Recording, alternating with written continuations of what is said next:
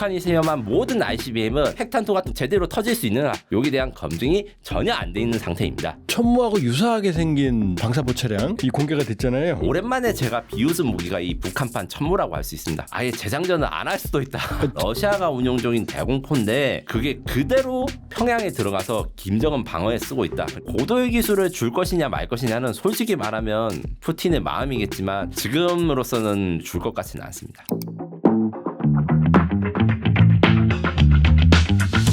예, 오늘 항공 전문기자 특화된 에비에이션 위크 김민석 특파원 모셨습니다. 안녕하세요. 안녕하세요. 예, 오랜만에 뵙습니다. 아, 예, 오랜만입니다. 북한 열병식 봤죠? 네, 봤습니다. 아, 근데 김정은이 되게 실망했을 것 같아요. 왜냐? 비가 왔는데 비행기를 못 띄웠잖아요. 맞습니다. 원래 북한 김정은이 열병식에 좀 남들 안 한 걸 하려고 굉장히 노력을 그렇죠. 해서 막 LED 등도 달고 비행기에다. 비행기에다가 말씀하신 대로 LED 등을 달고 미그 29 전투기라든가 아니면 프로펠러 비행기 이런 것들에 대해서 에어쇼를 하는데 프로펠러 비행기를 비행시킬 때는 이게 약간 그 속된 말로 간지 뭐 이런 게 안 산다고 생각을 하다 보니까 초거대 국기를 만든 다음에 하늘에 나붙기는 북한 국기 뭐 이런 걸 강조를 한다거나 네. 제트기에다가 LED를 달면 비행을 할 때 그 LED 잔상이 남아서 이게 멋있다고 이렇게 하는 거를 다른 그 어느 국가에서도 하지 않는 북한식 항공법입니다. 왜냐하면 그렇게 하면 사고가 나가지고 떨어지면 그냥 비행기 하나 날려먹는 거거든요. 네. 그래서 겉보기에 모든 것을 올인한 김정은 입장에서는 실망할 수 있습니다. 근데 항공 전문 기자잖아요. 그날 비가 오긴 왔지만 많이 안 왔거든요. 그럼 비행할 수 있었잖아요. 그래서 저는 비행할 수 있었는데 굳이 하지 않은 이유 여러 가지로 분석하고 있는데 정상적인 사고 방식이라면 제가 말한 그 아까 전에 말한 그 북한의 그 항공 퍼레이드 이런 게 좀 비정상적이라고 말씀드렸지 않습니까? 그래서 군의 전력 유지 가뜩이나 비행기가 부족한데 그런 거라든가 가동률을 생각하면 사실 지상 퍼레이드만 하는 게 이치에는 맞는데 김정은이 그런 상식적인 결정을 했을 수도 있고 안 했을 수도 있는데 만약에 비상식적인 결정이라면 뭔가 사회 준비나 계획이 마음에 안 드니까 아예 취소를 했을 수도 있다. 이런 북한식 사고가 있을 수 있습니다. 제 생각은 뭐냐면 그렇게 보여주기 노출에 환장하는 김정은이 꼭 하고 싶었을 거예요. 제 말은 저 정도 비가 와도 기체를 못 띄울 가능성이 있다라는 거죠. 제 말씀은. 이게 몇 년 전 그러니까 2020년이나 2021년 코로나 기간 때 열병식 한 거는 어느 정도 그걸 감안을 하고 시행을 한 게 있는데 예. 알려진 바로 뭐가 사고가 났거나 막 크게 났다 이거에 대해서 확인하기는 어려운 건 사실입니다. 다만 말씀하신 대로 이전에 비슷하게 비 오는 상태에서 비행을 시켰는데 노후화된 북한 비행기라든가 전투기가 하고 나서 문제를 일으킬 가능성 굉장히 많이 있다고 생각합니다. 자, 이번에 화성 20형 ICBM 대륙간 탄도미사일 뭐 놀랍진 않아요. 공개할 거라고 다 예상했으니까. 그런데 문제는 지난해 10월 31일 날 화성 19형 고체 ICBM 그것도 이제 이동식 발사돼서 쐈잖아요. 페어링 뚜껑 열고 나서. 네. 그때 분명히 최종 완결판이라고 그랬거든요. 근데 이번에 여러 가지 개량된 걸로 추정되는 화성 20형을 공개했어요. 그 외형 차량 이 정도 내부는 안 보여줬죠. 그렇죠? 네, 맞습니다. 예, 그렇게 봤을 때 지금 어떻게 평가해 보이세요? 기술적 진보나 이런 부분들은.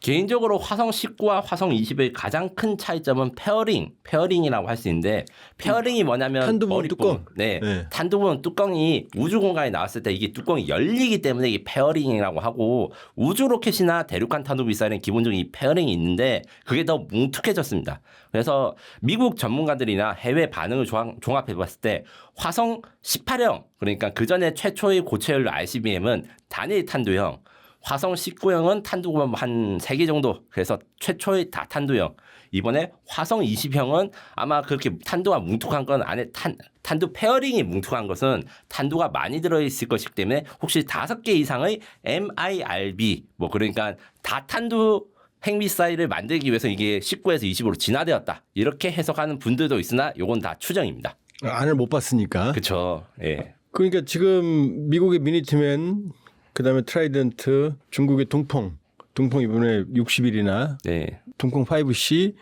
그다음에 러시아의 최신 오레시니크 이거 보면 다 겉에가 이렇게 둥그렇죠? 네. 안에 탄두가 여러 개 들어 있으니까. 네, 맞습니다. 이게 탄두가 산과 뿔처럼 생겼는데 네. 이거 하나로 있으면 이게 뾰족하게 되고 여러 개 겹쳐가 있으면 이게 뭉툭하게 될 수밖에 없습니다. 아. 그러나 시험 발사를 안 해봤으니까 성능은 모르겠다. 네. 그리고 실제로 시험 발사를 했어도 성능 검증이 안 됩니다. 왜 검증이 안 되냐면 네. 지금 현재까지 북한이 시험한 모든 ICBM은 다 그 동쪽 방향으로 이렇게 했는데 자신의 사거리 그러니까 10,000km 이상은 실제 사거리를 가지지 않았어요. 그게 사거리가 짧은 게 뭐가 문제냐면 ICBM은 아무래도 사거리가 길면 길어질수록 속도가 빠르고 고도가 달라지는데 고도만 높이고 속도를 느리게 하거나 이렇게 하면 재도립체에 대한 검증 혹은 기술 실증이 안 됐다. 그래서 핵탄두가 제대로 그 종말 단계에 있을 땐 마 20 그러니까 사람이 거의 상상할 수 없는 속도로 빠르게 가야 되는데 그 상황에서 핵탄두가 제대로 터질 수 있는가 작동이 되는가 여기에 대한 검증이 전혀 안 돼 있는 상태입니다. 지금 이제 북한이 이번 열병식 전에 엔진을 공개했잖아요. 김정은이 가서. 네. 그래서 이게 화성 20평에 쓰일 거라고 본인들이 얘기했어요. 그러니까 이번에 공개한 화성 20평에 이게 장착이 되는 것 같은데 자, 우리도 ICBM용 우리도 고체 그 로켓 쓰죠? 미사일에. 네. 그래서 대한민국의 고체 연료를 사용하는 로켓은 크게 두 종류가 있는데 네. 하나는 다들 아시다시피 우리가 저 방송에서도 곧 이야기할 현무5 이 네. 하나 에어로스페이스가 생산하는 괴물 미사일. 괴물 미사일. 요게 1단밖에 없기 때문에 ICBM까지는 아닌데 그 ICBM을 1단을 가지고 있고 현무5 미사일을 2단으로 개조하면 이게 ICBM급으로 되는 겁니다. 그래서 크기가 미니트맨 그러니까 미국의 주력 ICBM과 출력은 비슷하다. 이렇게 이야기를 하고 있죠. 아, 그러면 한국도 현무5 같은 경우를 응용만 하면 ICBM급으로 갈 수 있다? 네. 그리고 실제로 이게 사람들이 잘 모르시는 분인데 고체연료 우주 발사체라고 이름이 정해지지 않은 그런 우주 발사체가 있습니다. 이게 뭐냐면 얼마 전 그러니까 몇 년 전에 제주도 앞바다에서 이걸 발사를 했다가 발사 구름이 막 전국에 다 보여서 UFO인지 착각을 했던 그런 발사체가 있는데 아, 기억나요. 네. 그게 제가 말한 대로 이 현무5 엔진을 2단으로 늘려서 우주 로켓으로 바뀌었는데 요 같은 경우에는 지금 화성 20평을 능가하거나 비슷한 수준의 그 우주 발사체긴 한데 요거는 미사일은 아니다. 요 정도로 이야기를 할 수 있습니다. 그때 왜 그랬어요? 그 우리 고체 엔진을 개발하는 그 중간 실험이었나요? 우주에 올린 거는 그냥 모형이었죠? 예, 이렇게 말씀하시면 곤란하고요. 평화적인 우주 개발을 할 때 고체 연료 로켓과 액체 연료 로켓이 다 필요한데 누리호가 아시다시피 액체 연료 로켓이지 않습니까? 네. 그래서 고체 연료 로켓을 그 우주 로켓을 개발하기 위한 기술 실증이라고 말해야 된다고 제가 교육을 받았습니다. 더 괴롭혀야 되겠다. 그 액체 연료 로켓이 훨씬 더 복잡하고 고체는 사실은 사람들이 고체가 좋은 걸 알지만 고체가 더 저렴하죠, 비용이. 네, 맞습니다. 네. 대신에 개발 비용은 더 많이 든다. 이렇게 이야기를 하고 개발 기간이 더 많이 든다. 이렇게 이야기하는데 쉽게 말해서 액체 연료 로켓은 그 수도꼭지, 수도 호스를 열렸다 잠갔다 할 수 있는 거고 고체는 한 번 열면 못 잠그는 겁니다. 그러니까 액체가 훨씬 좋은 거잖아요. 잠갔다가 열었다가 하고 조절할 수도 있고. 네, 맞습니다. 그래서 추력 조절이 가능하면 같은 힘이나 연료를 가졌을 때 더 멀리, 더 강하게, 더 최적화된 경로를 비행할 수 있는 게 장점인데 액체 연료 로켓은 그러다 보니까 이 터보 펌프라든가 여러 가지 막 배선이 엄청 복잡해요. 예. 그 실제로 이제 세턴 5라고 옛날에 달 착륙했을 때 썼던 로켓. 세계 최대였죠, 현재까지도. 예. 근데 그거를 다시 부활시키려니까 설계가 너무 복잡하고 그때 설계도로 재현이 안 되는 겁니다. 그래서 엄청 미국도 고생했던 전국에 있을 정도로 액체 로켓은 굉장히 복잡한 형상 그리고 다양한 장비가 있는데 고체 연료는 그런 게 없습니다. 산화제, 액체도 그 산화제 그다음에 추진체, 로즈 이렇게 하나 있고 너무 간단합니다. 옛날에 뭐 우리 임진왜란 때 썼던 뭐 천자총동 뭐 이런 거랑 기본적인 개념이 크게 다르지 않아요. 신기전이야 이런 걸. 다만 이제 이렇게 단순하게 만들려면 개발비가 많이 든다. 왜냐? 이 추진체의 비율이라든가 구성, 심지어 모양도 잘 성형해야 된다. 별 모양으로 안에 속을 깎느냐, 동그랗게 깎느냐에 따라 다 성능이 다른데 요거를 테스트하는데 시간도 걸리고 비용도 많이 생깁니다. 그러니까 이렇게 생각하면 되죠. 이 액체 연료는 불꽃을 조종할 수 있는 램프고 고체 연료는 성냥이죠. 칙 붙이면 한 번에 다 타버리는 거죠. 네. 그래서 조금만 더 비유를 하자면 양초의 모양을 변형시켜가지고 이 추력 조절을 하기 때문에 양초 모양 만드는 게 굉장히 힘들다. 이렇게 비유를 할 수 있어요. 고체. 예. 뭐 네모나게 생겼다가 동그랗게 생겼다가 이게 다 다르기 때문에. 자, 근데 이번에 또 화성 20평 말고 또 하나. 이번에 제일 눈에 띄는 게 화성 20평하고 요건데 화성 11마. 화성 11이 왜 KN-23 단거리 이스칸데르 탄도미사일인데 요 많은 머리 부분에 극초음속 탄두를 다른 거잖아요. 네, 맞습니다. 그래서 단거리 극초음속 탄도미사일 사거리 한 800km 요게 눈에 띄었어요. 이게 만일에 실전 배치되면 화성 20평 미국 가는 거잖아요. 네. 이거는 사거리 800km니까 우리 쏘는 거잖아요. 네, 이거 맞습니다. 뭐 요격이 불가능하다 뭐 이런 얘기도 나오던데. 불가능한 건 아니고 어려운 건 맞기 때문에 우리가 추가 개발이라든가 연구가 필요하다는 게 간단한 결론이고요. 예. 실제로 막 박사님도 언급을 아마 하셨겠지만 김정은이가 얼마 전에 한국 영토가 결코 안전한 곳으로 될 수 있겠는가 하는 것은 그들 스스로가 판단하고 요 아유, 얘기 때문이죠. 예. 그것 때문에 그러니까 한국을 겨냥한 무기 그래서 북미를 겨냥한 무기 그래서 북미를 겨냥한 무기는 화성 20형 신형 ICBM 그리고 한반도를 겨냥한 무기는 화성 11형 마라고 할 수 있는데 결론적으로 말해서 극초음속은 아닐 것이고 초음속 미사일이라 이렇게 표현을 할 수 있습니다. 왜냐하면 그 말씀하신 대로 KN-23의 머리 부분에 새로운 HGV 그러니까 활강체라고 해가지고 여기 엔진은 안 달려 있어요. 근데 글라이더, 행글라이더처럼 활공을 하는데 너무 빠른 속도에서 활공을 시작하니까 이게 극초음속이라고 합니다. 근데 극초음속이 되려면 어떻게 해야 되냐? 로켓이 힘이 좋아야 되겠죠. ICBM, 뭐 화성 15형이라든가 이런 ICBM에다가 이런 글라이더를 달면 마 한 20부터 시작해서 순항은 마 한 5, 6 정도 되고 최종적으로 마 한 3, 4 정도 이렇게 되는데 왜냐하면 이게 추진 엔진이 없으니까 속력이 점점 떨어지거든요. 그래서 시작하는 속력이 중요합니다. 그런데 제가 SIBM 그러니까 KN-23은 800km의 사거리가 짧은 그러니까 로켓이 작잖아요. 그래서 얘가 상승을 해서 분리해서 활공을 시작할 때 속도는 한 마 5, 6 그다음에 종말 단계에서는 마 2, 3 해서 사실상은 초음속 미사일이다. 그래서 마 5를 정말 단계 5를 넘어야 극초음속인 거죠? 네, 그렇습니다. 그렇는데 로켓이 원래 원체 작다 보니까 얘가 활공을 시작한 속도가 그렇게 빠르지 않다. 시작 시점이. 네. 그러면 김정은이가 바보라서 이걸 만드느냐? 그건 아니고 속도가 느려진 대신에 장점이 있습니다.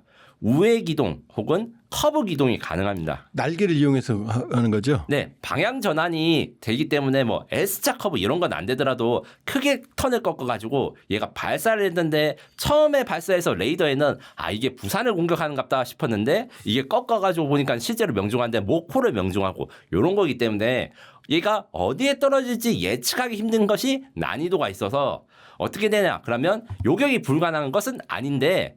요격이 힘들다. 그러니까 기존에 우리 패트리어트나 천궁으로 해서 요격 확률이 한 10에서 20% 정도 떨어지는 것은 맞다. 이렇게 생각하시면 됩니다. 그 러시아가 자랑하는 킨잘 공대지 극초음속 미사일 그것도 뭐 궁극의 무기 요격 못한다 그랬는데 우크라이나가 요격했죠? 네, 그것도 사실 러시아 공군이 좀 뭐라 해야 되나 미숙하고 무능한 점이 있기 때문에 그런 건데 원래 킨잘을 제대로 쓰려면 이게 미그 31이라고 해서 원래는 지상 공격이 아니라 항공기를 요격하는 그런 요격기에다가 이 미사일을 달아서 이 미사일이 낮게 날아서 적 레이더를 피하다가 갑자기 튀어나와서 상승을 한 다음에 빨리 쏘고 던져야 되는데 그런 식의 전술을 전혀 하지 않으니까 어떻게 잡을 수 있느냐. 우크라이나는 대공 레이더가 있어가지고 그 미그 30이라는 비행기가 잡히거든요.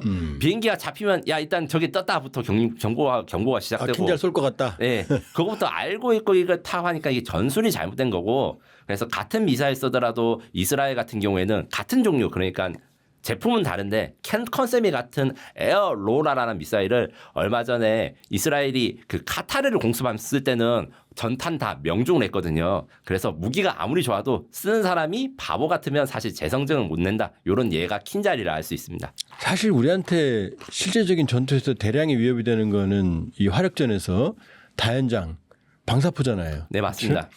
그래서 보니까 이번에 저도 봤는데 저는 천문 줄 알았어요. 천무하고 유사하게 생긴 방사포 차량 네. 이 공개가 됐잖아요. 예, 맞습니다. 이게 이제 북한판 천무로 불렸는데 저 놀랐어요. 좀 과거처럼 이렇게 무식했던 그런 모습이 아니고 천무하고 거의 동일하대요 발사관이. 예, 맞습니다. 이게 우리 천무 체계하고 견줄 수 있어요? 저도 놀랐는데 개인적으로. 네. 결론적으로 말해서면 이게 김정은과 북한이 우리한테 위협적인 것은 맞는데 이들도 한국인이다. 무슨 말이냐? 이 회사가 어려울 때 그 회사를 다녀보신 분들 알겠지만 사장이 점점 이상한 명령을 내리거나 아니면 말도 안 되는 소리를 하기 시작합니다. 김정은은 어거지 그리고 기술력을 한계 그리고 제대로 된 이게 어떻게 싸울 것인가 고민이 없는 오랜만에 제가 비웃은 무기가 이 북한판 천무라고 할 수 있습니다. 네, 일단 그 북한의 방사포에 대해서 짧게 설명을 하자면 방사포는 미사일이 아니니까 원래는 유도 장비가 없다가 요즘은 뭐 드론, 미사일, 뭐 로켓도 이 구분이 워낙 없어지니까 간단한 유도 장비를 달기 시작했는데 미사일보다 훨씬 싸고 더 많은 숫자를 뿌릴 수 있기 때문에 대한민국한테 위협적인 거거든요. 예. 그래서 원래 종래 북한군 방사포는 122mm, 240mm, 300mm, 600mm, 900mm 이게 몇 종이야 나가고 저도 이제 헷갈릴 정도로 종류가 엄청 많습니다. 종류가 많으면 무조건 좋은 것이냐? 이게 결코 아니거든요. 마트에 일하시거나 편의점에만 알바만 해보셔도 압니다. 이 종류가 많으면 아저씨도 관리가 어려운 것을. 그렇기 때문에 이것을 좀 함구는 북한에 따라하지 않고 몇 가지 탄으로 표준화를 해서 사용하거든요. 예. 그리고 트럭이 다 다릅니다. 북한제 방사포는. 크기가 크면 클수록 큰 트럭을 쓰는데 이렇게 되면 유지 보수 관리가 엉망이 됩니다. 그래서 240mm 방사포는 가동을 할 수 있는데 600mm 방사포가 가동이 안 되고 이게 뭐 부품 그 엔진 실린더가 망가졌다. 그러면 이거 교환도 안 되고 바퀴도 교환이 안 되고 너트 하나 나사 하나까지 각각 따로 운용 체계를 가져야 된다. 이건 무슨 말이냐. 수입차 중에서도 좀 우리가 유명하지 않은 수입차 있잖아요. 막 뭐 독일차 이런 건 수입, 일본차 이런 건 쉽게 할 수 있는데 뭐 이탈리아에서 수입을 한다거나 이러면 부품 구하기 굉장히 어렵지 않습니까? 몇 달 걸리죠. 네. 그거랑 똑같은 상황이 북한에서 벌어졌고 이거를 해결할 수 있는 것이 일명 북한판 천무이다. 그래서 북한판 천무는 122mm, 240mm, 600mm를 모두라 해서 이 세 가지 방사포를 하나의 차체로 통합하는 이런 장점이 있습니다. 그래서 그 모듈화 자체는 우리 천무랑 비슷한 컨셉, 동일하게 있기 때문에 북한의 방사포 설계하는 컨셉이 발전한 건 맞는데 결정적인 문제와 차이점이 있습니다. 뭐죠? 크레인입니다. 크레인. 네. 요것은 진짜 제가 최초로 우리 밤범TV에서 말씀드린 거라서 좀 이야기를 들어보면 재미있으실 거라서 좀 추천드립니다. 왜 그러냐. 방사포 제가 엄청 위협적이고 좋다고 했잖아요. 치명적인 단점이 있습니다. 이 군생활 하신 분들은 사실 아는데 포병에 포탄 실어나는 거 굉장히 무겁잖아요. 재장전하는 거 굉장히 시간 많이 걸리죠. 네, 그렇습니다. 그래서 북한군 방사포는 재장전하는데 20분에서 40분 걸립니다. 다 수동으로 해요. 네. 하나씩. 네. 그것도 제가 20분에서 40분 걸린다는 거는 122mm, 240mm 기준이고 가벼운 거일 때 예, 북한이 자랑한 600mm, 900mm는 사실 수동으로 못 하죠. 제가 보기에는 아예 재장전을 안 할 수도 있다. 제가 그 물어봤어요. 예. 공장으로 들어가야 된답니다. 야, 그 심각합니다. 그럼 하루 네. 이틀 걸리는 거기 때문에 네. 재장전이 안 걸린다. 그럼 천무는 몇 분이 걸리는가? 박사님은 혹시 몇 분 걸리실 것 같아요? 제가 맞춰볼까요? 예. 2분이 안 걸리죠. 예, 그렇습니다. 정확히 말해서 이제 천무 로켓이 두 개의 포드를 둘 다 장전하는데 예. 하나에 1분 정도 걸리는데 예. 이게 재장전 속도가 빠르기 때문에 실제적으로 화력 차이가 사실은 10배에서 15배 이 정도 차이가 납니다. 그게 지금 말씀하신 크레인 때문에 그러죠. 크레인으로 딱 집어서 꼽으면 끝나는 거죠. 네. 그리고 크레인에서 딱 집어서 꼽으면 끝나는 게 굉장히 중요한 이유가 또 하나 더 있습니다. 예. 그 우크라이나 전쟁에서 우리가 이제 하이마스가 게임 체인저가 될 뻔했다. 실제로 되진 않았지만 그래도 많은 피해를 러시아에게 줬고 이거 어마어마하게 활약했죠. 러시아는 우리가 하이마스를 부쉈다 이렇게 막 선전했는데 우리 살아있다 하면서 하이마스가 엄청 러시아군의 공격에 잘 살아남은데 요게 또 비밀이 있습니다. 그냥 크레인이 있어가지고 빨리 장전된다. 요게에서 끝나는 게 아니라 천무 로켓은 어떤 식으로 운용되느냐. 다른 나라 심지어 이제 북한이라든가 이런 중국 이런 다연장 로켓도 재장전이나 이런 거 하기 위해서는 그 미사일 발사 차체에 재장전 차량이 와가지고 그 와서 크레인으로 재장전을 시켜줘야 됩니다. 이게 다른 나라 형식이고 미국 하이마스, MLRS 그리고 천무의 공통점이 뭐냐. 재장전 트럭이 발사 차량을 안 만나고 스스로 재장전이 가능합니다. 어떻게 그렇게 되죠? 왜냐하면 다른 나라는 그 크레인에 있어도 재장전 차량에만 크레인이 달려있는데 우리 천무 그다음에 미국의 하이마스 여기에는 발사 차량도 자체 크레인이 달려 있습니다. 그럼 그냥 옆에서 쌓아놓기만 하고 가도 되네요. 네, 그래서 어떤 방식으로 운용하느냐. 재장전 차량이 발사를 하기 전에 미리 여러 군데 그러니까 대다섯 군데에다가 로켓을 깔아놔요. 깔아놓고 단 다음에 천무가 들어가면 어떻게 되냐. 재장전 차량이 굳이 올 필요 없이 천무는 쏘고 이제 2분 있다가 재장전하고 다시 다음 진지로 하고 쏘고 재장전하고 다음 진지로 하고 이게 정해진 사이트에 탄약을 갖다 놓으면 거기서 쏘고 장전하고 또 움직이는 거구만요. 네, 거기 또 정해진 사이트라는 게 그냥 뭐 자동차 몇 대 주차시킬 수 있는 평지면 되기 때문에 그것도 랜덤하게 바뀔 수 있어서 이게 거의 미국 수준으로 막 전장을 실시간으로 들여다보지 않는 이상 5분마다 쏘고 장전하고 쏘고 장전하고 이게 도망치는 것을 잡는 것이 굉장히 어렵습니다. 생존성이 굉장히 높아지겠네요. 네, 그래서 우리 천무가 이게 수출도 많이 되고 그 다음에 하이마스나 이런 것들이 막 주목받은 것들이 다 그 이유 때문인데 이스라엘조차도 이 기능이 아직 없어요. 이스라엘도 없어요? 예, 그래서 독일이 라인메탈이랑 우리 천무를 경쟁하는 모델을 만들면서 이번에 새로 추가가 됩니다. 아, 그래서 요 기능이 지금 북한판 천무에는 전혀 없어요. 그렇기 때문에 모듈라 좋아요. 그래서 부품이 단순해지고 그러니까 전쟁 무기를 쓰려면 유지 공급이 많아지고 대량 생산이 되고 요까지는 북한판 천무가 발전한 것은 맞다. 그런데 진짜 천무의 장점은 하나도 따라하지 못하고 있다. 그럼 이제 국뽕 좀 더 가봅시다. 그럼 우리 K9 있잖아요. 세계적인 자주포. 네. 이것도 제장전의 특징이 있죠. K10이라는 자동 공급 장치 차량이 따로 있죠. 세계에서 유일하죠. 네, 맞습니다. 그게 세계에서 유일한데 원래 미국이 비슷한 차량을 만들었다가 그 다들 기억하실지 모르겠는데 럼스펠드라고 옛날에 미국 국방장관 있습니다. 있었죠. 네, 아프가니스탄 전쟁이 터지니까 돈이 아깝다고 그걸 다 없애버려서 졸지에 대한민국만 그런 재장전 전용 차량이 남아 있는데 그냥 차량이 아니라 로봇팔이 있는 그 쉽게 말해가지고 로봇으로 정밀히 조종해서 이제 탄을 장전할 수 있기 때문에 코끼리 코처럼 K9 똥구멍에 이렇게 공급하게 돼 있죠. 네, 맞습니다. 네. 그게 K9 이야기할 때 항상 K9 자주포는 독일산 자주포보다 그러니까 PZH-2000, RCS-15 이런 독일 제품들보다 성능이 떨어진다, 발사 속도가 떨어진다 이렇게 이야기를 하는데 실제 화력은 엄청나게 차이가 난다 전쟁에서. 왜냐?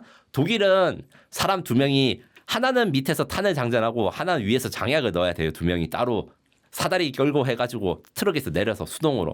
수동 장전으로 하면 아무리 포 성능이 좋아도 실제 하루에 쓸 수 있는 포 수량 이게 엄청나게 차이가 납니다. K9은 그게 다 자동이죠. 그렇습니다. 그다음에 탄약을 써도 둘 다 방어가 되는 장갑 차량 속에서 바로 아무도 안 내리고 자동 그 탄 공급이 되는 거죠. 네. 그리고 K9 자주포와 K10 자동 장전 그 차량 같은 경우에 둘 다 155mm 고폭탄을 방어할 수 있다. 이 말은 즉슨 파편을 네. 떨어지는 그 와중에도 밖에서 사람이 나와가지고 막 하이바나 방탄복 쓰고 이런 게 할 필요 없이 재장전 작업이 가능하다. 그 연평도 포격대 옆에 포탄 떨어지면서도 포격전 했잖아요. 실제 포격전에는 어마어마한 전력이겠네요, 그게. 네, 그렇습니다. 그래서 단거리 달리기로 이제 자주포 화력을 비교한다면 K9이 세계 최고는 아닐 수가 있어요. 그런데 하루에 몇 발, 한 달에 몇 발을 쏠 수 있나 이게에서는 K9이 독보적입니다. 야, 국뽕 차오르도 되겠네. 자, 마지막 하나 더. 이번에 또 놀랬던 게 이스라엘제 하롭 그 무인 자폭 그 드론 그것 발사 차량을 공개했어요. 보니까 그러니까 샤이드 이란제 샤이드형이 아니고 정확하게 이스라엘제 하롭하고 똑같더라고요. 네, 맞습니다. 이게 지금 기술이 어떻게 러시아에서 확보한 거예요, 북한이?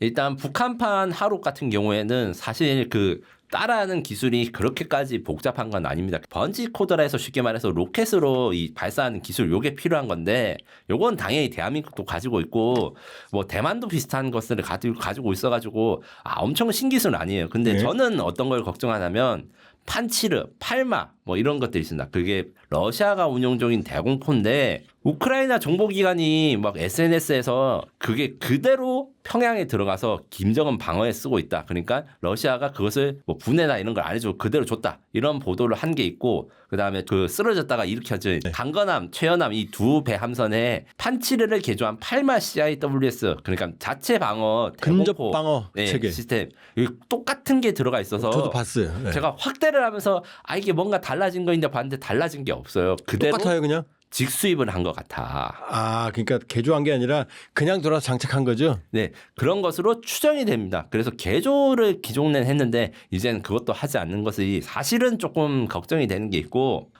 그런데 다만 이제 러시아가 그래서 다른 기술 그러니까 더 고도의 기술을 줄 것이냐 말 것이냐는 솔직히 말하면 푸틴의 마음이겠지만 지금으로서는 더 고도의 기술을 줄 것 같지는 않습니다. 현재까지는 아주 고도의 기술을 준 것 같지는 않다. 네, 맞습니다. 독일 쪽 프리드리히 나우만 재단이 북러 군사협력을 평가한 보고서에서도 첨단 기술 이전된 것 같지는 않다라고 평가했어요. 다만 제가 마지막으로 걱정을 한 게 딱 한 가지 있습니다. 예. 이것은 이제 러시아의 관계에 대해서 사실 시청자분들 의견이 다 있겠지만 저는 좀 러시아가 북한에 대한 그 연구나 지원을 좀 막아야 된다는 것 중에 하나가 ICBM 문제가 있습니다. 그 북한에 러시아가 ICBM 기술을 직접적으로 주지는 않을 거라고 저는 생각해요. 왜냐하면 북한 핵미사일이 사실 러시아를 겨냥할 수도 있는 거 모스크바도 갈 수 아니겠습니까? 있으니까. 모스크바를 갈 수 있으니까. 네. 다만 ICBM 시험 발사에서 북한이 ICBM에 대해서 검증이 안 됐다. 제가 말한 거는 항상 북한이 동해상에서 태평양 방향으로 쏘는데 공간이 부족해서 제대로 시험 못 하고 있다. 거꾸로 이야기하면 러시아 영토가 기니까 러시아가 혹시 ICBM 비행 시험을 자기 영토 안에서 허락해 주면 요것은 사실 러시아가 특별히 기술을 주지 않아도 북한한테는 엄청난 이점과 진전이 될 수 있어서 표시도 안 나고. 네, 그건 사실 걱정입니다. 아니면 북한이 멋대로 이제 러시아 방향으로 쏜 다음에 러시아가 무마를 해줘도 이것도 사실 문제가 되고요. 어쨌든 뭐 두 악동이 푸틴, 김정은이 협력할 가능성은 무한하니까 좀 신경을 써야 될 것 같습니다. 우리 김 기자님 제일 나가서 인기 있는 게 이거 KF-21이죠? 네, 그렇습니다. 제가 부끄럽지만 KF-21 관련해 가지고 이제 제가 학생 때부터 관심을 가지고 있었고 기사나 이런 걸 쓴 거는 이제 2008년, 9년부터 KF-21에 대해서 이제 월간지에 기사를 쓰고 외신에서는 2013년부터 다뤘으니까 제가 영어 그러니까 에비에이션 위크에서 KF-21을 다룬 걸로 치도 그게 한 12년 정도 됐습니다. 아, 그러고 우리 김 기자님 학생 때부터 관심을 가졌다는 거 보니까 KF-21이 하루아침에 된 게 아니에요. 그렇죠? 이미 20년이 넘은 그러니까 이게 박사님은 잘 모르는 요즘 용어로 이제 덕질이라는 용어가 있어요. 덕질. 네. 밀덕. 네. 밀덕질의 그런 열심히 한 그런 결과라고 생각합니다. 자, 이제 KF-21 블록 1은 공대공이고 블록 2가 이제 공대지까지 포함하는 거죠. 정말 종합전투기. 자, 근데 이게 블록 2가 2028년 실전 배치 목표였는데 2027년으로 1년 앞당겨졌어요? 정확히 말하면 이게 그 북한식 속도전 막 이렇게 하는 것은 절대로 아니고 네, 북한식은 아니에요. 네. 합리적으로 계획을 세우다 보니까 우리 고객들한테 서비스할 수 있는 시간이 1년 당겨진 거다. 이렇게 된 것입니다. 무슨 말이냐고 하면 북한이랑 계속 비교를 하는데 북한은 김정은이 어디까지 해라면 그냥 그날로 안 바로 되면 되게 하라 이거죠.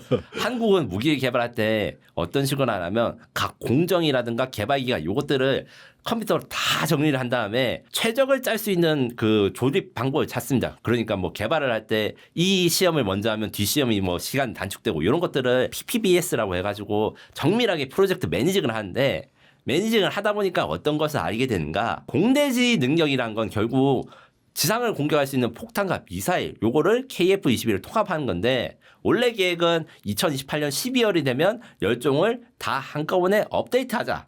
이렇게 했다가 해외 고객이 요것도 이제 조한범 PB에서 제가 최초로 취재한 이야기를 하는데 네. 해외 고객이 야 굳이 그럴 필요 있어? 우리는 10종류 무기 전에 한 두세 종류만 먼저 통합해줘도 살 생각이 있어.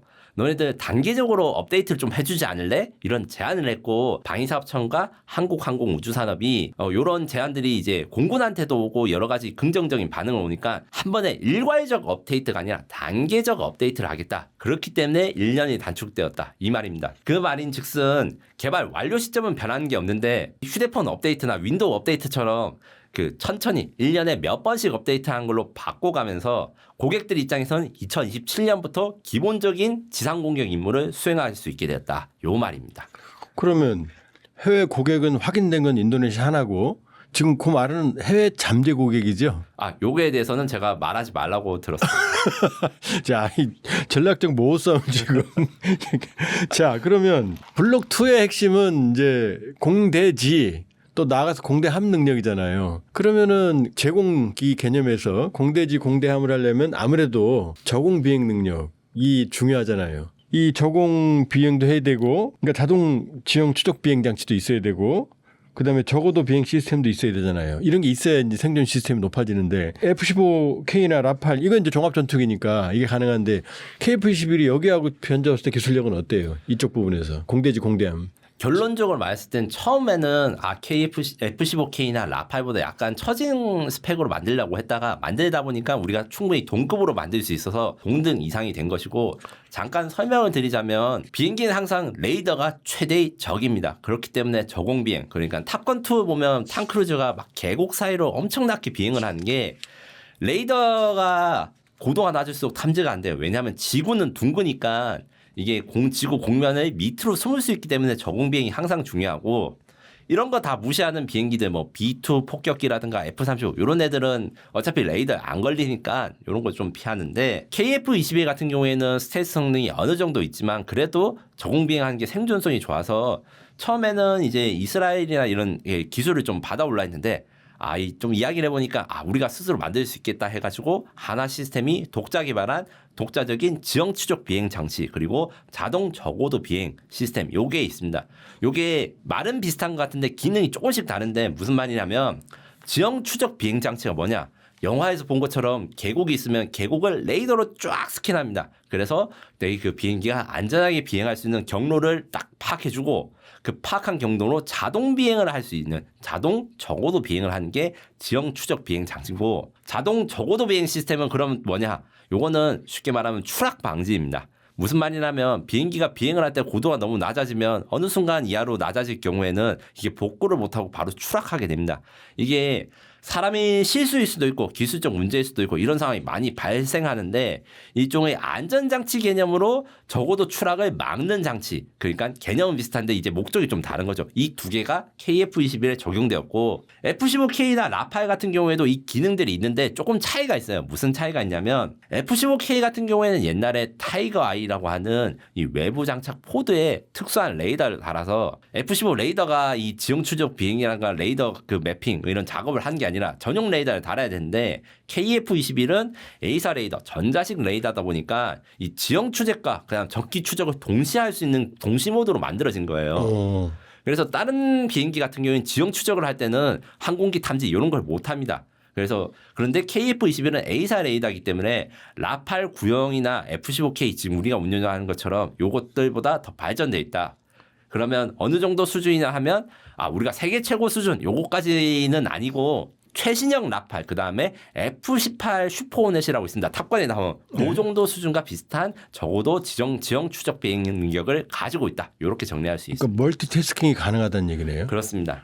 그러면 자동 지형 추적 비행 장치, 자동 저고도 비행 시스템 이거 있으면 탑건에 나온 탐 크루즈 필요 없네. 탐 크루즈가 아니더라도 할 수 있다. 그러니까 지가 알아서 가는 거죠. 네, 맞습니다. 사실 탐 크루즈 상황이 영화를 좀 재밌게 만들려고 보니까 과장된 건 있는데 다만 이제 그 탐 크루즈가 약간 걔도 밀덕이에요. 그래서 제가 이제 현지 에비에이션 직구 본사에서 이야기를 좀 들었는데 정말 전문가들한테 가서 영화적인 장면을 얼마나 재밌게 만들면 되는지 자문을 받았다고 해요. 그래서 실제로 막 계곡처럼 비행한 영화 속 장면은 실제 전쟁에서는 없는데 상황은 비슷한 게 얼마든지 많이 나올 수 있다. 이렇게 이야기를 하더라고요. 지금 말하는 KF-21 블록 2는 대지 공격 같은 경우 F-15K는 라팔보다 전혀 떨어지지 않네요. 네, 특히 이 대지 공격, 적어도 비행 능력도 중요하지만 장거리 미사일 운용 능력, 요것이 굉장히 중요한데 무슨 말이냐면 비행기가 아무리 좋아도 제일 좋은 방법은 적의 영공에 우리 비행기가 들어가지 않는 겁니다. 그래야 안전하니까요. 그래서 이제 F-15K는 뭐 제이즘, 뭐 슬래미안 이런 장거리 미사일들 가지고 요게 한 200km에서 500km 그리고 라팔은 스톰 섀도우라 해서 우크라이나군이 러시아 타격할 때 쓴 장거리 미사일 요것도 한 500km 이렇게 있는데 우리도 철룡이라고 하는 장거리 공대지 미사일을 KF-20에 탑재해서 세계 최고 수준의 장거리 공격 능력을 가지게 될 예정입니다. 철룡이 한국형 타우러스죠? 한국형 타우러스인데 이게 장점도 있고 단점도 있어서 사실 제가 개발자분들한테 좀 미션하는 게 받아 있어요. 철룡이 왜 타우러스보다 좋은지. 철룡이 사실 좋은 점만 얘기해요. 나쁜 거 하지 말고. 저는 그렇지 않습니다. 저는 스타일은 전혀 그런 거 아닙니다. 농담이에요. 철룡도 사거리가 500km 됐는데 일부 언론에서 한국형 타우러스는 철룡이 원조보다 못하다. 타우러스 독일에서 사야 된다. 이렇게 기사를 많이 쓰셨어요. 좀 추적해보니까 이게 좀 의도가 좋지 않던데 그래서 개발자들한테 제가 직접 물어보니까 타우러스가 철룡보다 좋다고 하는 이유는 메피스토라고 하는 신형 탄두가 있고 그게 기술이 좀 고도화돼서 북한의 지하 표적을 더 깊게 공격할 수 있다. 벙커버스터 형식으로. 벙커버스터 형식인데 이게 전차포의 포탄은 그러니까 전차에 특수 포탄이 있습니다. 대전차 포탄의 이 설계를 좀 적용을 해가지고 다른 나라 미국도 없는 신형 탄두를 써가지고 이게 엄청난 기술이야 이렇게 이야기했는데 그거를 쓰든 안 쓰든 철룡도 똑같은 침투 탄두 그러니까 미국의 제이즘 이상의 침투력이 있어서 북한의 김정은 특각 요거 하려는 이제 현무 파이브를 써야 되기 되겠지만 뭐 일반 뭐 부대 지휘부, 뭐 군단 지휘소 같은 건 다 파괴할 수 있고 타우러스랑 철룡이 극단적으로 다른 기능이 있습니다. 요게 제가 꼭 밖에다가 이야기를 해달라고 제가 부탁받고 예. 잘 들으세요, 시청자 여러분.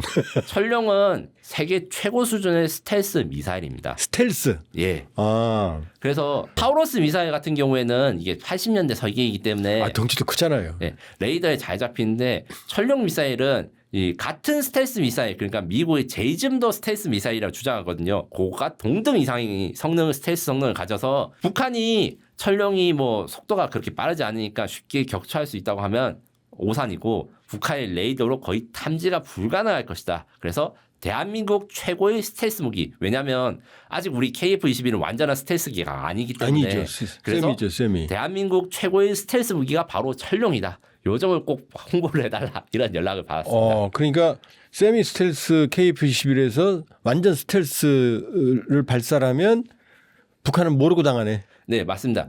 그 KF-21이 세미 스텔스라고 할 때 이게 레이더마다 종류는 다르겠지만 미그 29 입장에서는 일반 전투기는 한 100km 밖에서 탐지할 수 있다고 하면 KF-21은 한 40에서 50km 밖에서 탐지하고 F-35는 한 2, 3km 앞에서 탐지하다고 이래가지고 F-35보다 스텔스기 성능이 못하다. 이래서 세미 스텔스인데 철룡 사거리가 500km고 철룡쯤 되면 미그 29는 물론이고 북한의 거의 모든 레이더가 탐지가 아예 안 되는 수준이에요. 예. 그러니까 F-35보다 스텔스 성능이 약간 떨어져도 결국에는 뭐가 발사되는지 떨어지는지 알지도 못하고 이제 북한이 당할 수밖에 없는 거죠. KF-21에는 한 10여 종 정도의 무기가 통합되잖아요. 이제 공대공이 있고 공대지가 있고 지금 공대지는 이제 지금 말씀한 천룡. 그다음에 이미 개발된 게 KGGB 한국형 GPS 가이디드 네, 유도 이 폭탄도 장착돼. 이건 이미 개발 끝난 거죠? 네, 이미 개발이 끝나서 이제 가장 최초로 통합된 무기 중에 하나고 그 다음에 미국산 제이담 이거 같은 경우에는 KGG보다 성능은 조금 낮은데 사거리는 조금 짧지만 그래도 항제민 GPS가 있고 가격이 싸요. 왜냐하면 전 세계가 다 그 폭탄을 쓰기 때문에 그래서 가성비 좋은 무기들도 운용할 수 있다. 이렇게 정리할 수 있습니다. 그러면 이제 뭐 MK 82 같은 일반 멍텅구리 폭탄들도 이제 탑재할 거고. 네, 맞습니다. 그건 뭐 큰 문제 없을 거고. 공대함은 어떻게 돼요? 배를 공격하는 미사일은. 공대함은 사실 조금 어려움이 있어서 국민들의 관심이 필요합니다.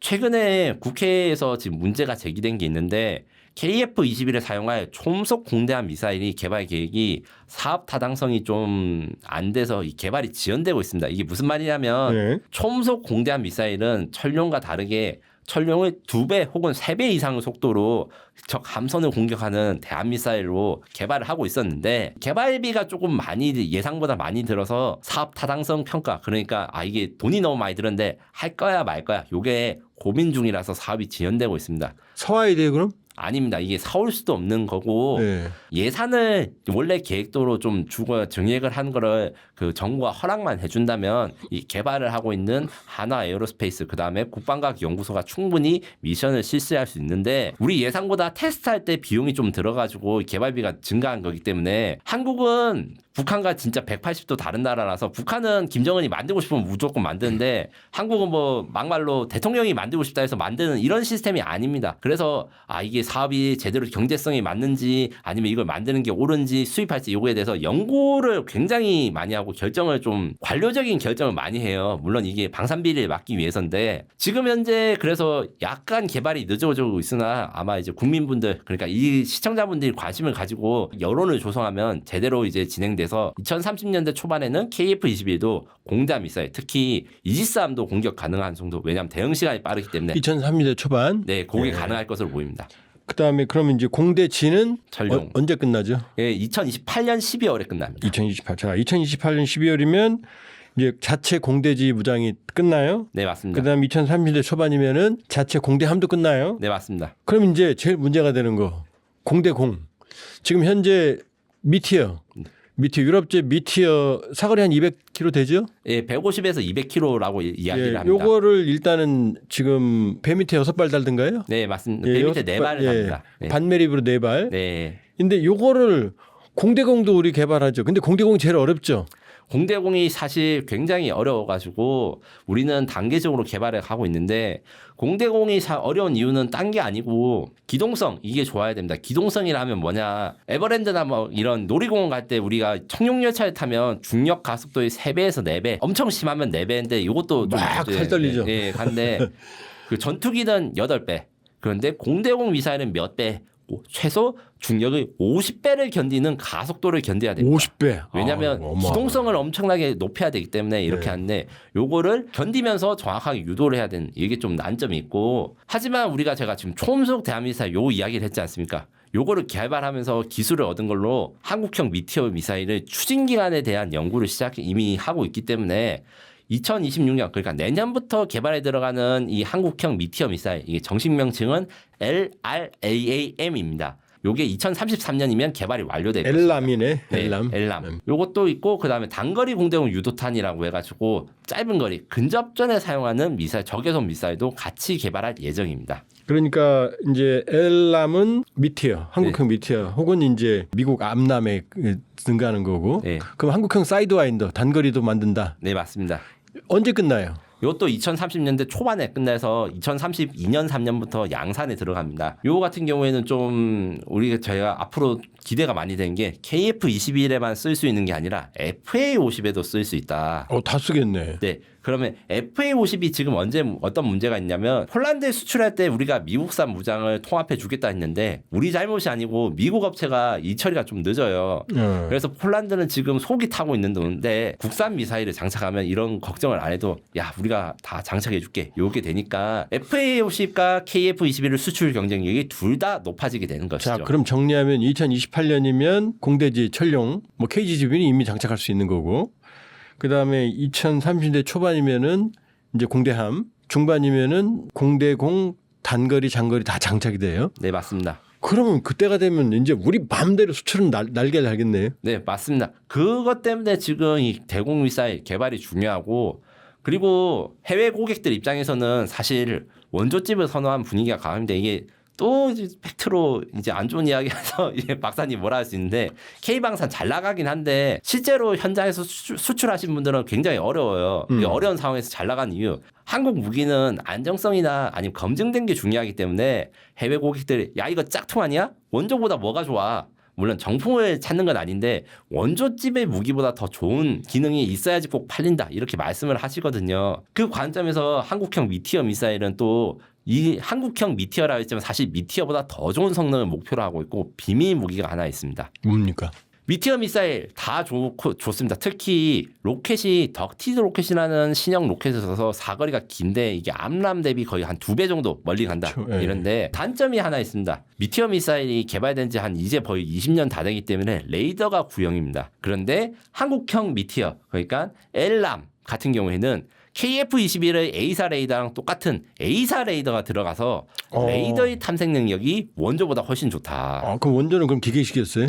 PESR 페사라고 해가지고 페사 레이더 A사보다 한 단계 아래 버전. 그러니까 미티어 미사일을 레이더는 비유하자면 LCD 모니터 이런 거에 비교할 수 있고 암람은 사실 브라운관 이 TV 이렇게 비교할 수 있는데 한국판 미티어 미사일 엘람 같은 경우에는 OLED TV에 가깝다. 이렇게 세대가 다른 탐색기가 가지고 있기 때문에 이번에 더 좋습니다. 그 인도 파키스탄에서 파키스탄이 주장하는 J-10C로 쏜 PL-15가 그게 A사 레이더가 달려있다고 자기들이 주장하는 거죠? 네, 맞습니다. 라팔 떨어뜨린 거? 네, 추락한 파편을 분석해 본 결과 이게 기존의 암람 미사일이나 미티어 미사일보다 탐색 능력이 더 좋은 것이 거의 확실합니다.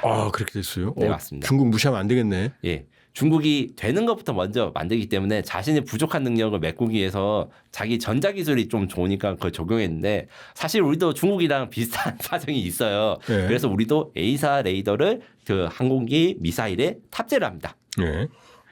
자, 그러면 이제 국뽕 차오르는 얘기인데 2030년대 중반 한국이 자체 무장을 완전히 다 개발하면 공대지, 공대공, 공대함 이제 그때는 제가 보기엔 날개를 달아도 뭐 크게 이상하지 않아요. 근데 아직 KF-21은 시제기 단계잖아요. 인도네시아만 뭐 무슨 돈을 주네 안 주네 뭐 야자수로 주네 떠들고 있고 시끄럽지만 근데 지금 중동 국가 사우디아라비아, UAE 그다음에 뭐 폴란드까지도 관심을 가지고 있다고 그 사실이에요? 정확히 말해서 이제 사우디아라비아, UAE 같은 경우에는 아예 그 시승권을 끊었습니다. 그러니까 자동차 대리점에 가서 야 내가 타고 싶을 때 좀 타보고 사기 전까지 결정을 좀 할게 이런 게 있는 거고 네. 폴란드 같은 경우에는 아예 사업을 정식으로 갈까 이렇게 갔다가 네. 일단은 미국이랑 관계가 중요해서 공군 예산을 일단 F-16 개량하는데 먼저 쓰고 네. 그래서 2030년대 초반부터 우리 그 KF-21이 좀 폴란드에 세이저가 가능할 것 같아서 중동이 먼저 그다음 폴란드 이렇게 생각하시면 됩니다. 그러면 그 나라들이 관심을 가졌다는 얘기는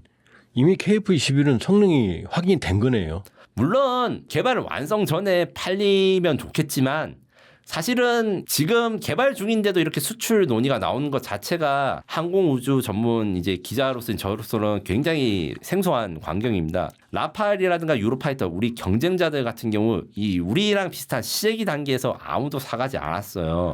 심지어 라팔은 완성되고 난 다음에 거의 첫 수출까지 7, 8년이 걸렸는데 이런 걸 생각해보면 KF-21 수출 전망이 밝다 이렇게 이야기를 할 수가 있고 어느 정도 KF-21 완성도가 인정받느냐 제가 이제 요 이야기하면 김인석 또 이제 같은 말 반복한다 이렇게 하실 수도 있지만 저는 정말 자랑스러운 게 뭐였냐면 UAE의 항공군 사령관이라든가 뭐 국방차관 이런 중동의 장군들이 KF-21 후방석에 타고 테스트 비행을 했단 말이에요. 예, 그랬죠. 요게 굉장히 역사적으로 선례가 없는 세이저 활동이자 우리 KF-22 인정받은 겁니다. 선례가 없어요? 네. KF-22처럼 개발 중인 항공기를 우리가 세이저를 하기 위해서 외국 장군을 태우는 거. 시제기니까 추락할 가능성이 있지 사실. 그렇기 때문에 절대로 네. 안 앉으시고 사실 KF-21이 거의 최초라고 해도 무방합니다. 그런데 VIP가 탔으니까. 예, 그럼요. 이 사고가 나면 이 수습을 어떻게 해야 될 것 같아요. 예. 물론 카이 같은 경우에 제가 좀 들어보니까 굉장히 조마조마하면서 탔다고 하는데 이렇게 할 수 있었던 이유는 KF-21을 시험 비행 그러니까 총 2,000회의 시험 비행 중에 좀 1,000회를 좀 넘겼는데 그 1,000회 비행하면서 KF-21이 얼마나 안정적인지 체험을 하고 우리가 만든 거지만 대단히 안전하다. 이런 자신감이 붙어서 이런 홍보 활동이 가능하게 된 겁니다. 그래서 이런 이야기 제가 계속 할 때마다 야 그거 쇼하는 거다. 시승만 하고 차를 안 살 수도 있지 않느냐. 이분들은 대리점 가서 시승만 하고 차를 안 사는지 모르겠는데 살 마음이 있으니까 대리점 갔겠지. 바로 그겁니다. 그렇기 때문에 UAE 같은 경우에 아예 MOU를 맺어서 UAE 공군이 필요할 때 우리 KF-21 부대를 좀 견학도 해주고 이렇게 허가를 해줘. 그리고 보안 검토를 받게 해줘. 요거를 미리 받아놨습니다. 그 하나 좀 가슴 아픈 얘기, 마음 아픈 얘기 하나 합시다. 이 언론 보도가 최근 이제 KF-21 개발에 아직 미사일이 무장이 다 완성이 되지 않은 상태에서 지금 진행이 되잖아요. 그래서 일단 이 탑재할 미사일 수입을 하기로 했는데 이 미사일 이 분량이 한 3일치 개전 초기 3일치 초기 블록 1에 40대에 장착할 3일치밖에 없다. 난리가 났다. 이거 뭐 큰일 난 거 아니냐. 깡통이 뭐 이런 얘기 있는데 이 문제 어떻게 해결해요? 이 문제에 대해서 취재를 했는데 뭐 네. 가슴 아픈 이야기 결론적으로는 아니고요. 네. 아니에요? 말씀이 조심스럽지만 이 국정감사 같은 걸 할 때 항상 걸러서 봐야 됩니다. 저도 물론 국정감사 할 때 야당 여당 가리지 않고 항공이나 국방 쪽에 좀 도와드리는데 이번 건은 너무 선정적이었다. 3일치밖에 없다 이러니까 굉장히 없는 것 같이 보이는데 기준에 항상 상대적인 것과 절대적인 것이 있습니다.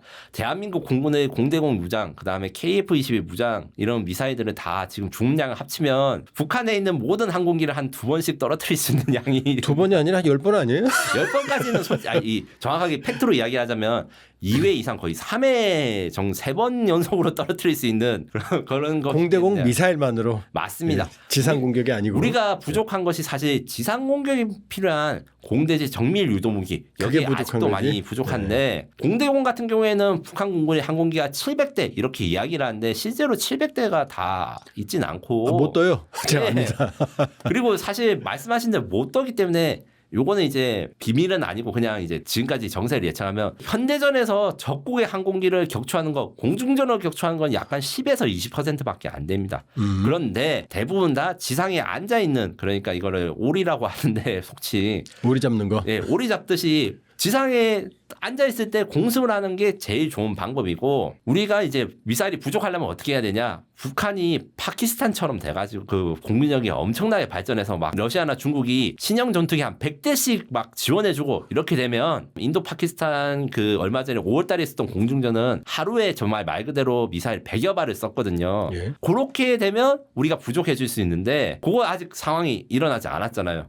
러시아나 중국 그 누구도 일단은 전투기를 주지 않아요. 북한한테. 앞으로는 달라질 수 있겠지만 그걸 감안했을 때 지금 재고량은 사실 그렇게까지 부족하지 않고 국산 공대공 미사일이 완성될 때까지 시간을 벌 수 있는데 이런 이야기가 나온 이유도 제가 취재를 해봤습니다. 이게 사정이 있어요. 확인되지 않은 정보에 따르면 우리 미티어 미사일이나 이런 미사일 수입을 하다 보니까 수입하는 유럽 국가들이 야 한국 호구 잡았다. 더 팔아야 된다. 예, 더 팔 수 있었다고 기대를 했다가 실망을 좀 하신 게 있다고 합니다. 국산 미사일을 만든다고 하니까. 아, 그러니까 이제 파고들어서 로비. 네.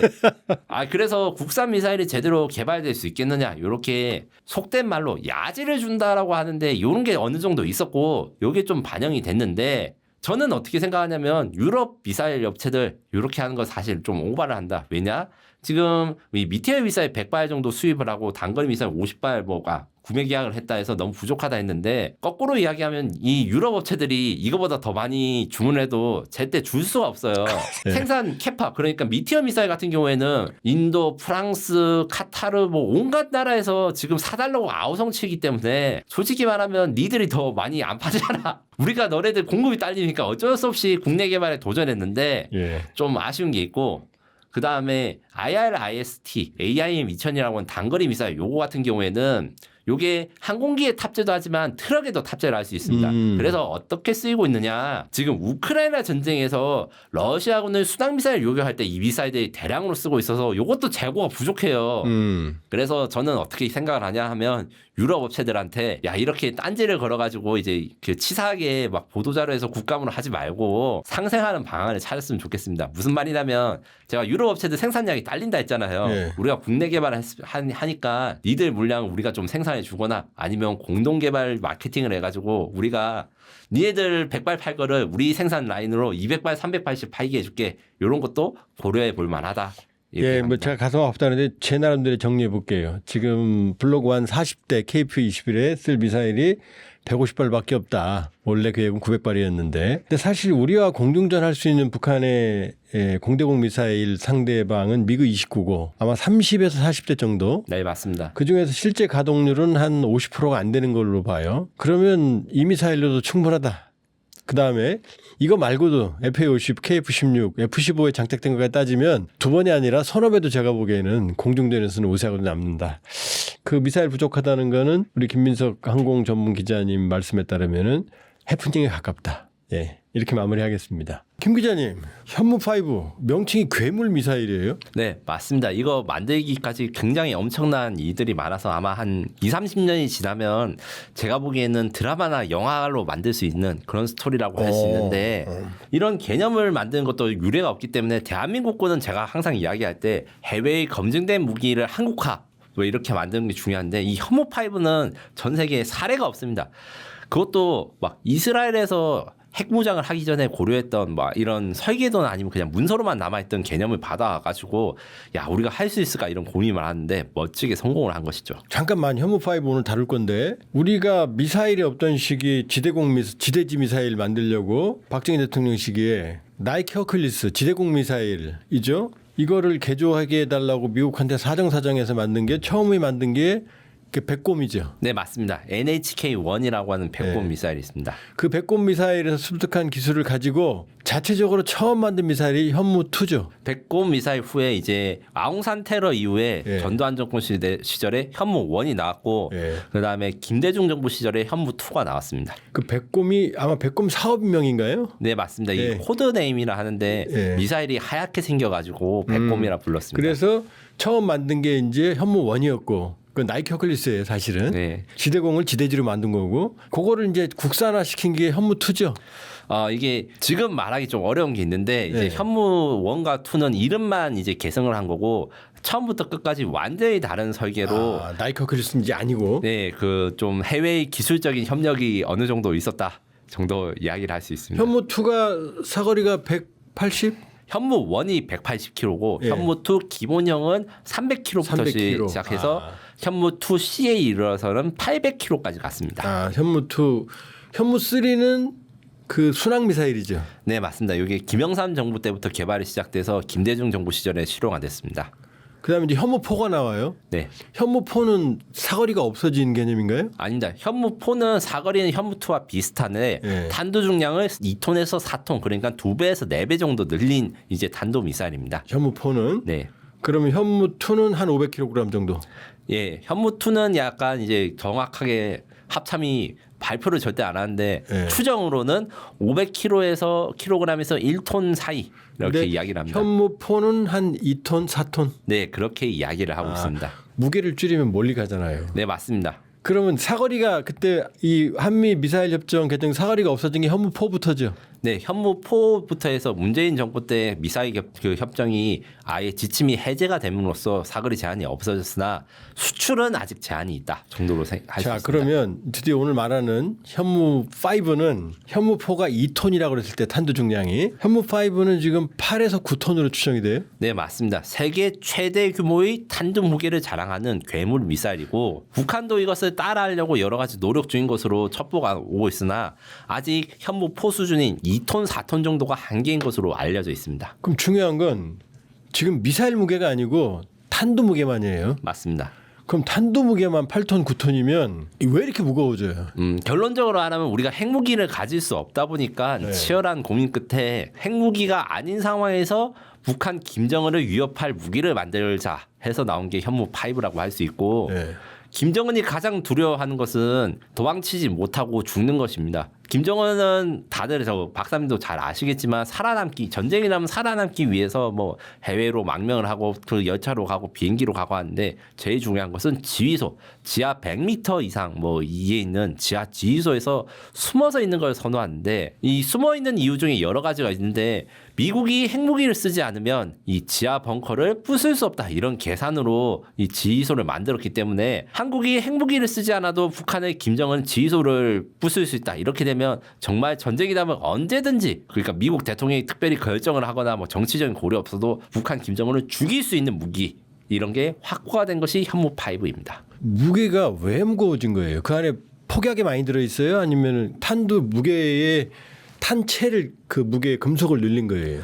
둘 다라고 할 수 있습니다. 이게 그 약간 물리학 시간으로 적용되는데 쉽게 말해서 못을 생각할 때 못 박는 거 생각하시면 됩니다. 예. 못이 짧으면 깊게 안 들어간 건 다들 아시겠지만 못이 길면 길수록 이게 무게가 무거워야지 안정적이 됩니다. 그래서 실제로 못처럼 탄두를 뭉툭하게 만드는 게 아니라 엄청 뾰족하고 길게 만들다 보니까 이 탄두 겉면에 있는 탄체 그러니까 쉽게 말해서 쇠로 된 그 폭약을 보호하는 외피가 두껍고 무거워져서 결국에는 8톤 무게 중에 절반 이상은 탄체 그러니까 그 금속 안에 폭약은 약간 4톤 미만 이렇게 이야기를 하고 있습니다. 킹 기자님 그러면 그 8톤 정도 탄두 무게 8톤 정도 되는 미사일은 전 세계에 존재하지 않아요? 네, 맞습니다. 우리만 있어요. 그러면 이란 때릴 때 이란 나탄즈 뭐 포르도 이스파한 기억나시죠? 네, 맞습니다. 미국이 네. 비투로 네, 그때 썼던 게 GBU-57이에요. 네, 맞습니다. 뭐 100m까지 들어간다고 그러는 네. 그거보다 이게 더 세겠네. GBU-57은 미사일이 아닌 자유낙하 폭탄인데 예. 폭탄의 무게가 12톤 이상입니다. 그러니까 탄두 무게만 8톤인 현무 5보다 탄체의 무게나 이런 것들은 거의 40% 이상 큰데 자유낙하랑 미사일의 차이가 있다. 뭘 차이가 있냐면 계속 물리학으로 들어가는데 네. 속도가 2배에서 운동 4배. 에너지, 운동 네. 에너지. 운동 에너지가 이제 차이가 있습니다. 운동 에너지 MV 제곱 아마 이까지 가니까 너무 이과 유튜브가 된 느낌인데 네. 쉽게 말해서 속도가 빠를수록 관통력에 대한 전체 에너지가 높아지기 때문에 GBU-57은 그래서 현무 5보다 관통력이 같은 100m로 간다 해도 어떤 차이가 있냐면 땅이 그냥 흙만 있는 게 아니지 않습니까? 뭐 안반이 있을 수도 있고 뭐 콘크리트로 지하 벙커를 강화할 수도 있는데 GBU-57보다 현무 5가 이런 단단한 표적에 대해서 파괴력과 관통력이 더 좋습니다. 왜냐하면 무게는 약간 낮지만 속도가 더 빠르기 때문에. 항공기에서 주차하니까. 네, 항공에서 떨어질 때 대충 떨어지는 속도가 자료에 따라서 다르지만 암속 뭐 이렇게 이야기를 하거든요. 이게 마하 1. 그런데 현무 5 같은 경우에는 종말 단계 마하 5 이상 뭐 이렇게 그럼 이야기합니다. 현무 5 훨씬 더 운동 에너지가 크겠네요. 네, 그래서 실제적으로 막 관통력이 막 2배씩 차이 나고 이런 건 아니고 조건에 따라서는 근데 현무 5가 더 깊게 간다. 그 조건은 단단한 지방, 단단한 지형의 지하 벙커일수록 우리 현무 5가 더 잘 파괴할 수 있다. 자유낙하 폭탄의 속도랑 미사일의 속도랑은 다르다. 네. 네.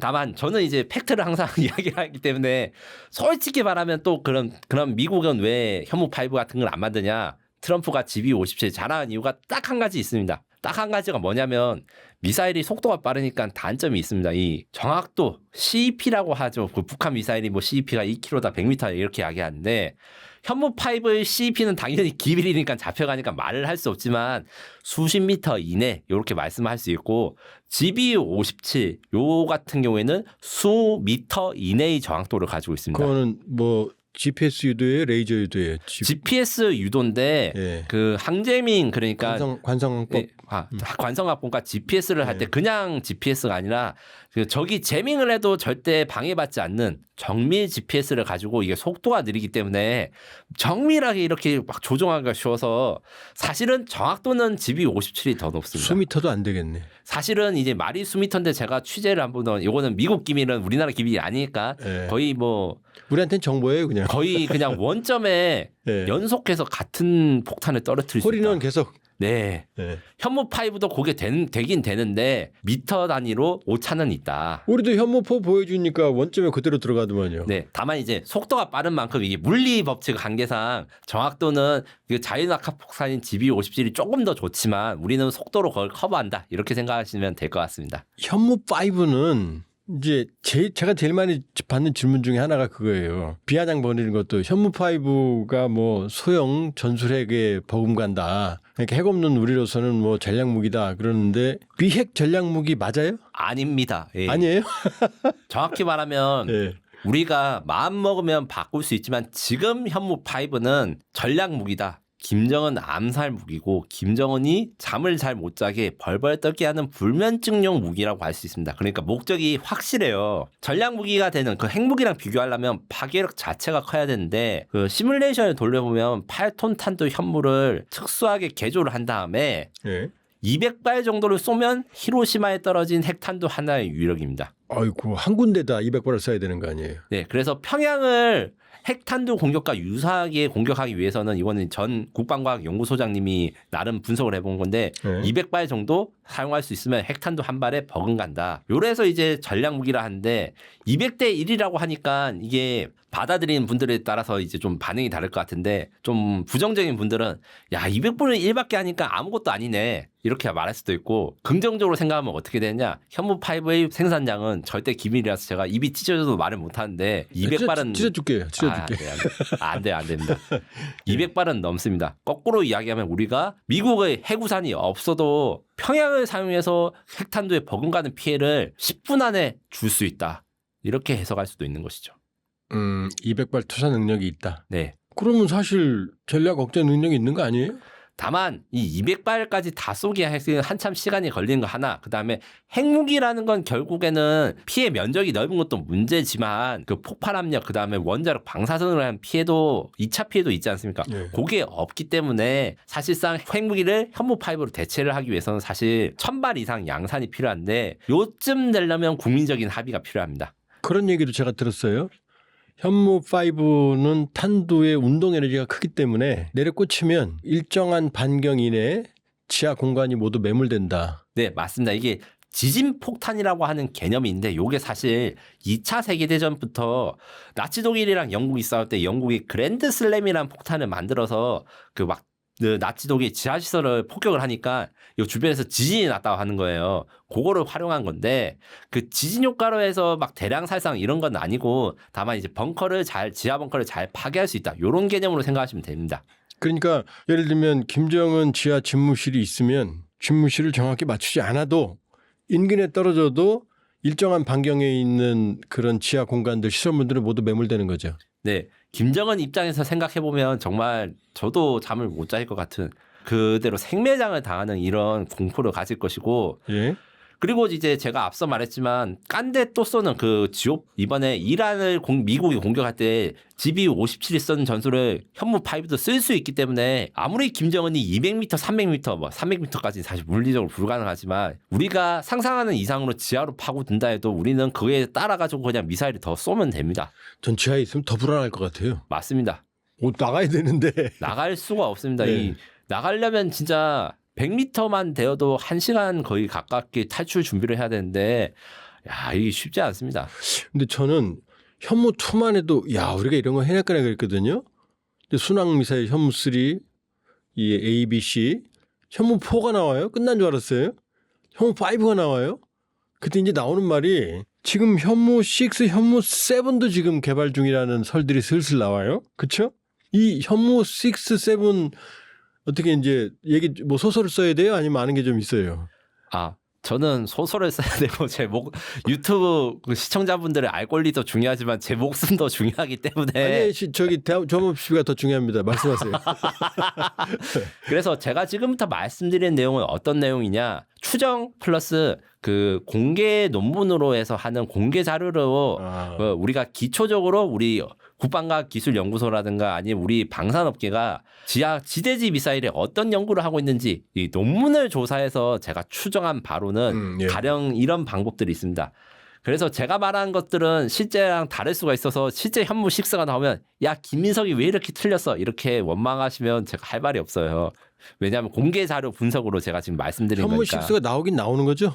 네, 지금 현재 신형 미사일들을 개발하고 있는데 네. 그 미사일의 상세 내용에 대해서는 절대 공개가 안 되고 있고 네. 그냥 미사일이 비행기 유도 방식을 어떻게 만들어야 되냐, 탄체나 탄두는 어떻게 만들어야 되냐 이런 단편적인 조각들만 공개 자료를 얻을 수 있기 때문에 예. 제가 상상을 하자면 처음 이제 이야기할 수 있는 거는 탄도미사일에 드론을 탐지합니다. 요 같은 경우에는 지금 현재 그 하나 에어로스페이스가 다음 주에 서울 에어쇼에서 공개를 하는 천무 3.0이라는 게 있습니다.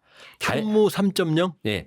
앞서 이제 저희가 천무 이야기도 안 했는데 다연장 로켓에다가 드론을 탑재해서 드론이 속도가 느려서 적진까지 갈 때 뭐 8시간, 10시간 이렇게 걸려요. 그렇죠. 그런데 로켓에 탑재하면 5분 만에 적진에 들어간 다음에 1시간이고 2시간이고 적이 숨어 있으면 나올 때까지 기다릴 수 있는 장점이 있는데 요 기술이 사실 국방과기술연구소에서 먼저 개발을 해가지고 지금 숨기고 있습니다. 숨기고 있다는 건 이제 KT-SSM이라고 하고 하는 현무 말고 다른 무기에다가 KT즘. 네, KT즘에다가 요거를 적용할 건데 현무에도 이걸 적용하면 어떻게 되냐? 김정은이 현무 5가 무서워가지고 지하로 안 들어가고 뭐 차를 타고 도망가거나 아니면 비행기를 타고 도망가겠다고 가정을 할 때 요 미사일을 쏘면 전쟁이 시작되자마자 5분에서 7분 사이에 평양 상공에 김정은을 추적하는 암살 드론들을 뿌릴 수 있는 거예요.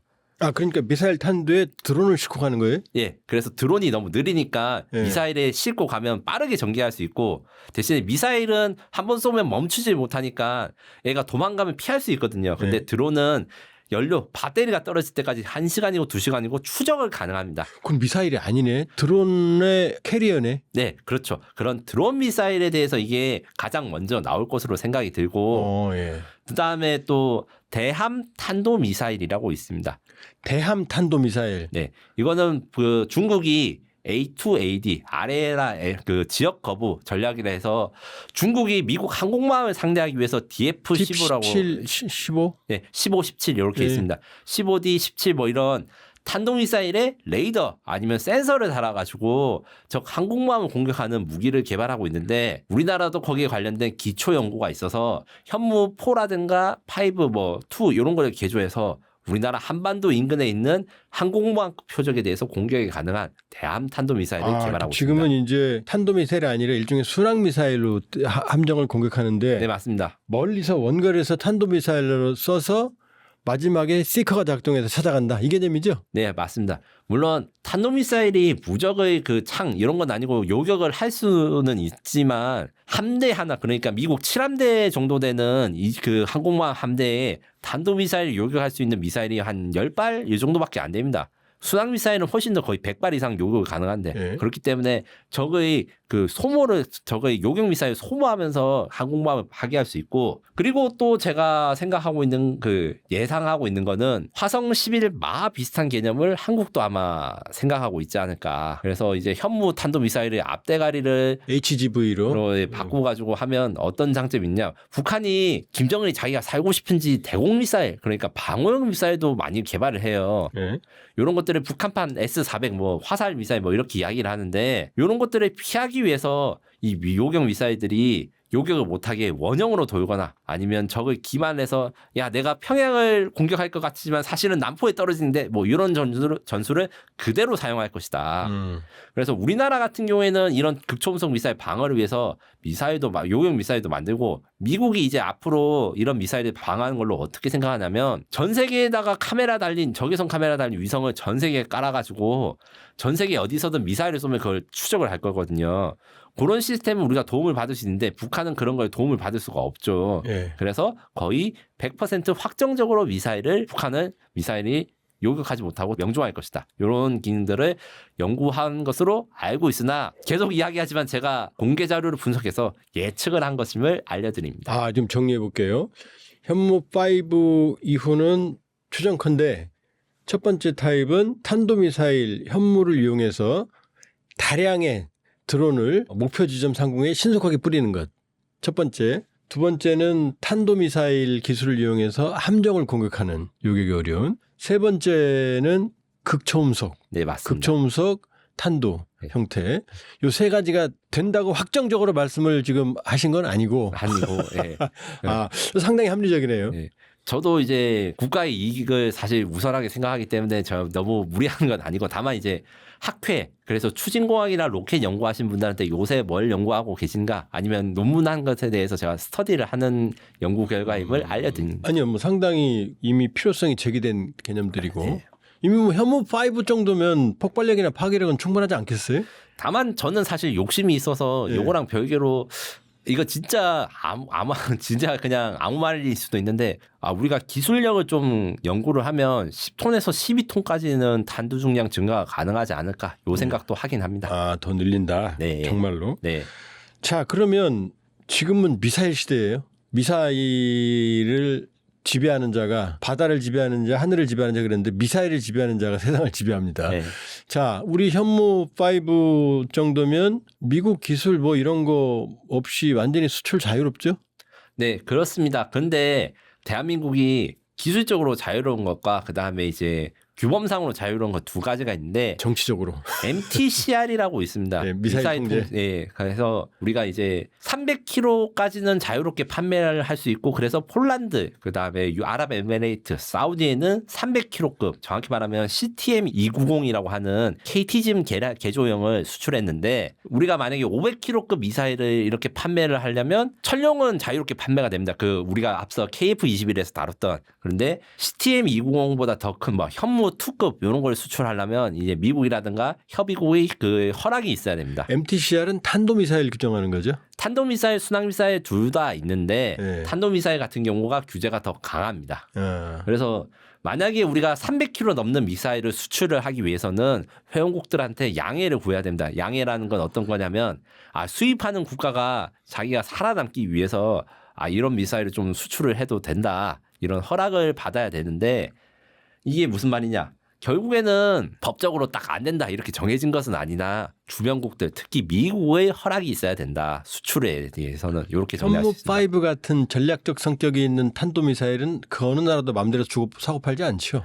네. 그렇지만 딱 한 가지 예외가 있어서 우리가 이거 좀 신경 써야 됩니다. 무슨 말이냐면 사우디아라비아 우리 천물을 사고 이제 우리 미사일도 관심이 있는데 사우디아라비아가 중국으로부터 미사일을 산 게 굉장히 수상하다고 말이 많았습니다. 이미 70년대 사지 않았어요? 70년대 산 미사일의 경우에 DF5라고 이 최신 개량형인 DF5C가 얼마 전에 전승절에도 선보였는데 사거리 2만 킬로나. 예, 그거를 사우디가 핵무기가 없는데 70년대에 샀어요. 그래서 퍼레이드에 공개됐습니다.